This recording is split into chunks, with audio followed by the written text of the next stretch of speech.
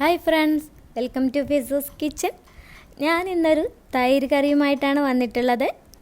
കുമ്പളങ്ങ തൈര് കറിയാണ് കേട്ടോ ഇത്. അപ്പോൾ ഇത് ഉണ്ടാക്കിയെടുക്കാനും വളരെ സിമ്പിളാണ്, അതുപോലെ തന്നെ നല്ല ടേസ്റ്റി ആയിട്ടുള്ള ഒരു കറി കൂടിയാണ്. നമ്മളെ ചോറിനൊക്കെ പറ്റിയിട്ടുള്ള ഒരു കറിയാണ്. അപ്പോൾ നമുക്കിത് ഉണ്ടാക്കുന്നത് നോക്കിയാലോ. അപ്പോൾ ഇത് ഉണ്ടാക്കാനായിട്ട് ഞാനൊരു കുമ്പളങ്ങ എടുത്തിട്ടുണ്ട്. ഇതിപ്പോൾ കുറച്ച് വലിയ ടൈപ്പ് കുമ്പളങ്ങയാണ്, അപ്പോൾ ഇത്രക്കൊന്നും വേണ്ട. ഞാനിതിൻ്റെ ഒരു ചെറിയ പീസ് എടുക്കുന്നുള്ളൂ. ഞങ്ങളിപ്പോൾ 2 പേരുള്ളൂ, അപ്പോൾ കുറച്ച് കറി മതി. ഈ കറി നമ്മൾ ഒരുപാട് അങ്ങ് ലൂസായിട്ടല്ല ഉണ്ടാക്കുന്നത്, കുറച്ച് തിക്കായിട്ടാണ് ഈ കറി വേണ്ടത്. അപ്പോൾ ഇത് മതി. ഇതിപ്പോൾ ഞാൻ നോക്കിയപ്പോൾ ഒരു 250 ഗ്രാം ഉണ്ട് കേട്ടോ വെയിറ്റ്. അപ്പോൾ ഇനി ഇതിൻ്റെ തൊലിയൊക്കെ കളഞ്ഞ് ഒന്ന് കട്ട് ചെയ്തെടുക്കാം നമുക്ക്. അധികം എരിവൊന്നുമില്ലാത്ത ഒരു കറിയാണ് കേട്ടോ ഇത്, അതുകൊണ്ട് തന്നെ കുട്ടികൾക്കൊക്കെ ഇഷ്ടമാകും.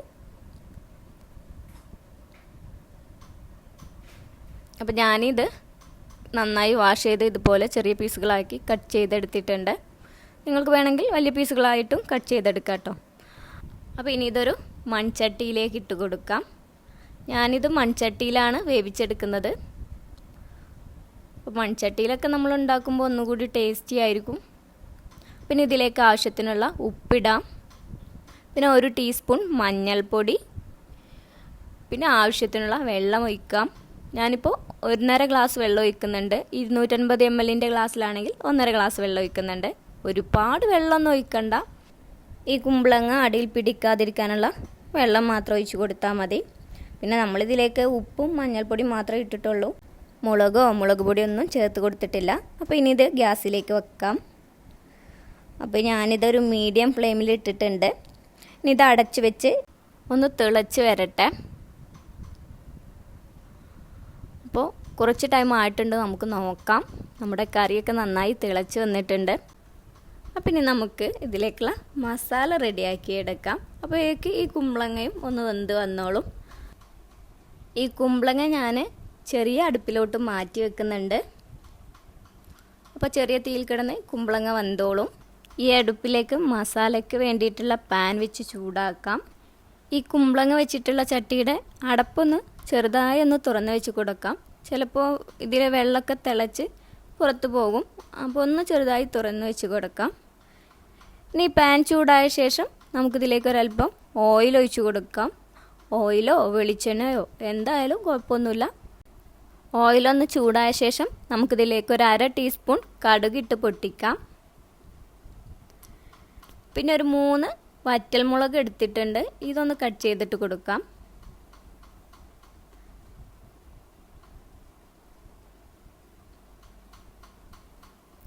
പിന്നെ ഒരു തണ്ട് കറിവേപ്പില കൂടി ഇടാം. ഇനി ഇതിലേക്ക് ഒരു മീഡിയം സൈസ് വലിയുള്ളി ചെറുതായി ഒന്ന് കട്ട് ചെയ്ത് കൊടുത്തിട്ടുള്ളതാണ്, ഇതിട്ട് കൊടുക്കാം.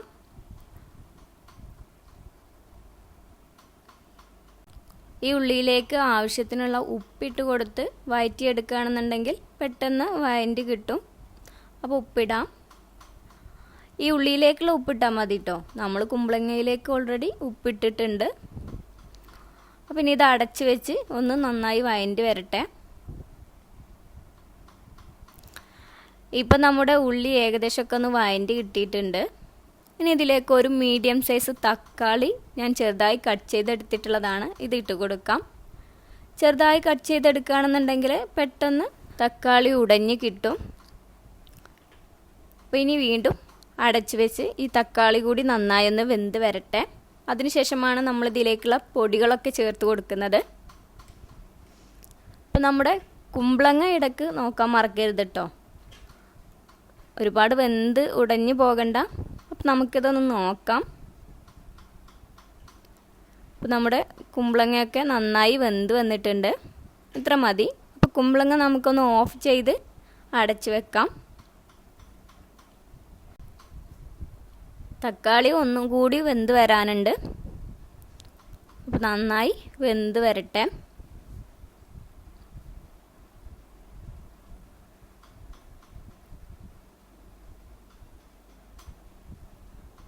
ഇപ്പോൾ തക്കാളിയൊക്കെ നന്നായി വെന്ത് ഉടഞ്ഞ് വന്നിട്ടുണ്ട്. അപ്പോൾ ഇനി ഇതിലേക്ക് പൊടികൾ ചേർത്ത് കൊടുക്കാം. 1 ടീസ്പൂൺ മഞ്ഞൾപ്പൊടി, 1/2 ടീസ്പൂൺ മുളക് പൊടി, ഇതാണ് ഞാൻ ചേർത്ത് കൊടുക്കുന്നത്. വേറെ പൊടികളൊന്നും നമ്മൾ ഇതിലേക്ക് ചേർക്കുന്നില്ല. അപ്പോൾ ഈ പൊടികളുടെ പച്ചമണമൊക്കെ മാറുന്നത് വരെ നന്നായി ഒന്ന് വഴറ്റിയെടുക്കാം.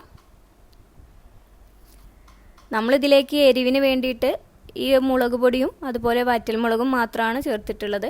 അപ്പോൾ ഒരുപാടങ്ങ് എരിവൊന്നും ഉണ്ടാവില്ല. നിങ്ങൾക്കിപ്പോൾ നല്ല എരിവ് വേണമെന്നുണ്ടെങ്കിൽ കുമ്പളങ്ങ വേവിച്ചെടുക്കുമ്പോൾ അതിലേക്ക് മുളക് ചേർത്ത് കൊടുത്താൽ മതി. ഇപ്പോൾ പൊടികളുടെ പച്ചമണമൊക്കെ മാറി വന്നിട്ടുണ്ട്. പിന്നെ ഇതിലേക്ക് നമ്മൾ വേവിച്ച് വെച്ചിട്ടുള്ള കുമ്പളങ്ങ ഉണ്ടല്ലോ, അത് ഈ വെള്ളത്തിൽ നിന്ന് കോരിയിട്ട് ഇതിലേക്ക് ഇട്ട് കൊടുക്കാം. വെള്ളം വേണ്ട, ഇതിലെ കഷ്ണങ്ങൾ മാത്രം നമുക്കിതിലേക്ക് ഇട്ട് കൊടുത്താൽ മതി.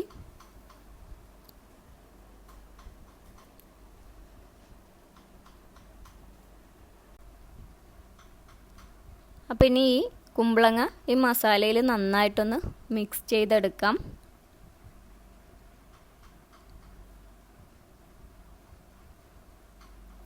ഇതിനി നന്നായി ഇതിൽ കിടന്നിട്ടൊന്ന് തിളച്ച് വരട്ടെ.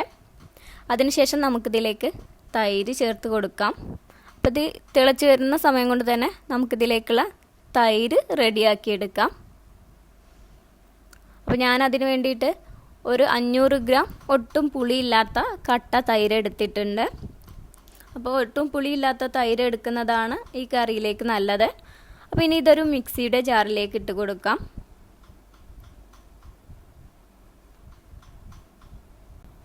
ഈ കറിക്ക് ഒട്ടും പുളിയൊന്നും ഉണ്ടാവില്ല കേട്ടോ. കാരണം നമ്മളിതിലേക്ക് തക്കാളിയോ പുളിയോ ഒന്നും ചേർക്കുന്നില്ല.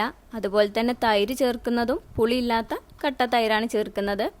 അപ്പോൾ ഇത് നമുക്കിനി പൾസ് ചെയ്ത് അടിച്ചെടുക്കാം. ഒരുപാടങ്ങ് അടിഞ്ഞു പോകണ്ട, ചെറുതായി ഈ കട്ടയൊന്ന് ഉടഞ്ഞു വരുന്നവരെ ഒന്ന് അടിച്ചാൽ മതി. നമ്മളിത് ഒരുപാടങ്ങ് അടിച്ചെടുത്താൽ നമ്മുടെ തൈര് വെള്ളം പോലെ ഒരുപാടങ്ങ് ലൂസായി പോവും. അപ്പോൾ ഇതൊരു ചെറുതായി തിക്കായിട്ട് വേണം, ഇതുപോലെ കുറച്ച് തിക്കായിട്ട് വേണം നമ്മൾ അടിച്ചെടുക്കാൻ. അപ്പോൾ ഇനി ഇത് കറിയിലേക്ക് ഒഴിച്ചു കൊടുക്കാം.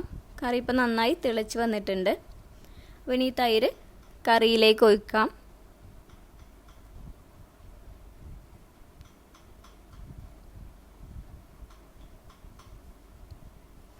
ഇനി ഈ തൈരും ഈ കുമ്പളങ്ങയും എല്ലാം കൂടി നന്നായി ഒന്ന് മിക്സ് ചെയ്യാം. ഈ തൈര് ചേർത്ത ശേഷം നമ്മൾ ഒരുപാടങ്ങ് കത്തിക്കണ്ട, ചെറുതായി ഒന്ന് ചൂടായി കിട്ടിയാൽ മതി നമ്മുടെ കറി. അപ്പോഴേക്കും ഓഫ് ചെയ്യണം. അപ്പോൾ ഇത്ര മതി. അപ്പോൾ ഞാൻ കറി ഇപ്പോൾ ഓഫ് ചെയ്തിട്ടുണ്ട്. അപ്പോൾ കറിക്കിപ്പോൾ നല്ല കട്ടിയുണ്ട്. നിങ്ങൾക്കിപ്പോൾ ഇത്ര കട്ടി വേണ്ടാന്നുണ്ടെങ്കിൽ നമ്മൾ കുമ്പളങ്ങ വേവിച്ച വെള്ളം ഉണ്ടല്ലോ, അതിൽ നിന്ന് ഒരല്പം എടുത്ത് ഇതിലേക്ക് ഒഴിച്ചു കൊടുത്താൽ മതി. പിന്നെ ഈ കറി ഒന്ന് തിക്കായിട്ടിരിക്കണം, അതാണ് ടേസ്റ്റ് ഉണ്ടാവുക. ഒരുപാടങ്ങ് ലൂസായി പോവരുത്. പിന്നെ ഈ കറിയിലെ ഉപ്പ് നോക്കാൻ മറക്കരുത് കേട്ടോ. അപ്പോൾ ഇതിലൊരല്പം ഉപ്പിൻ്റെ കുറവുണ്ട്. അപ്പോൾ ഞാൻ കുറച്ചുകൂടി ഉപ്പിട്ട് കൊടുക്കുന്നുണ്ട്. ഈ കറിക്ക് കുറച്ച് ഉപ്പ് വേണം, അതാണ് ടേസ്റ്റ്.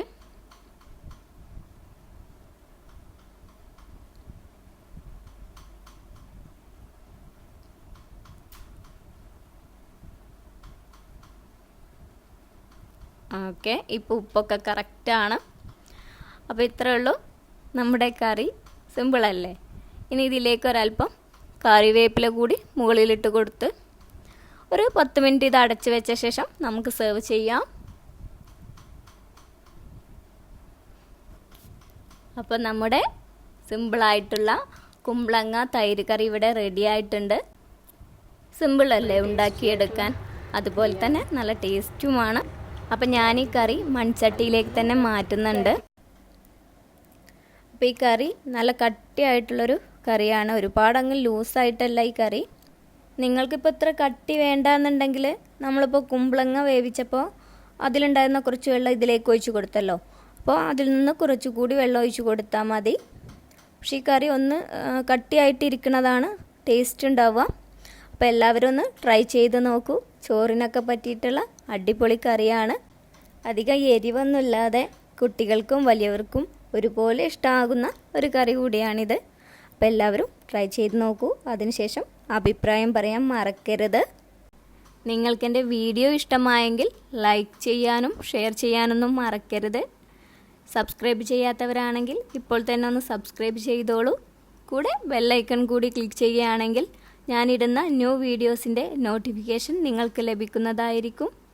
അപ്പോൾ അടുത്തൊരു അടിപൊളി റെസിപ്പിയുമായി വീണ്ടും കാണാം. താങ്ക്